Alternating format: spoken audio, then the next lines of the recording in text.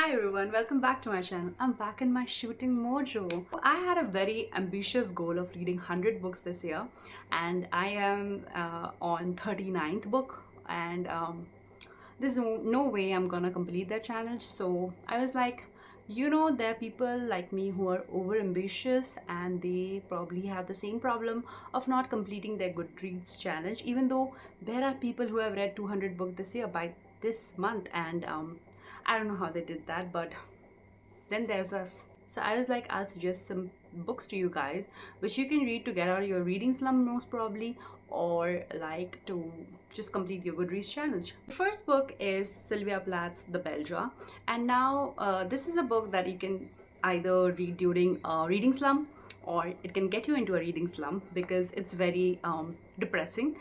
More than depressing, it has some trigger issues, like the things described by Sylvia Plath in this one is really intense. So if you're somebody who does not like the topic, then you should skip it. But if you're somebody who likes Sylvia Plath, you like her writing, then you should definitely pick it up because it's amazing. Even though it's very dark and very intense, I feel that this is a piece of literature which everyone will appreciate. It's really sad that this is the only novel we got out of her. She had so much potential, and it just pains my heart. She's one of my favorite author. She has been since I was 15, and I really love her work.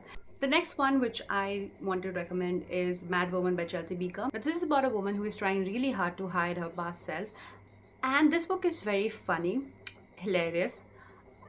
It has some trigger warnings like domestic violence and abuse, but apart from that, if you're okay with those topics, about reading those topics, then you should definitely pick it up if you are looking for a very fast-paced book with a very what will happen next, you want to know the ending. Now the book of the year is Middle of the Night by Riley Sager. This book is everything that I ever wanted. This got me out of my reading slump so quick, sorry for my lisp.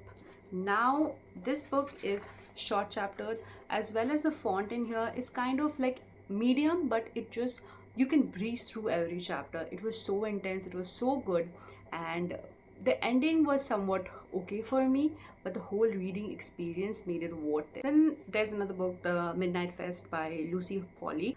Now this is a crime thriller and it has different person POV, and you can read it if you like thrillers. The ending is somewhat very surprising here, and this can also get you out of your reading slump, or you can finish it really quickly because it is a thriller. Most of the book out here are thriller because I feel thriller is something that keeps you very interested, and it can actually get you out of your reading slump.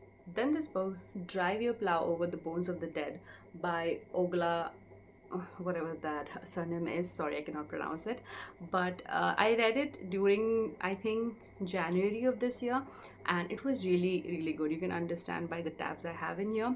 This is about a woman who is really passionate about animal rights, and she is kind of like me, if I say so myself.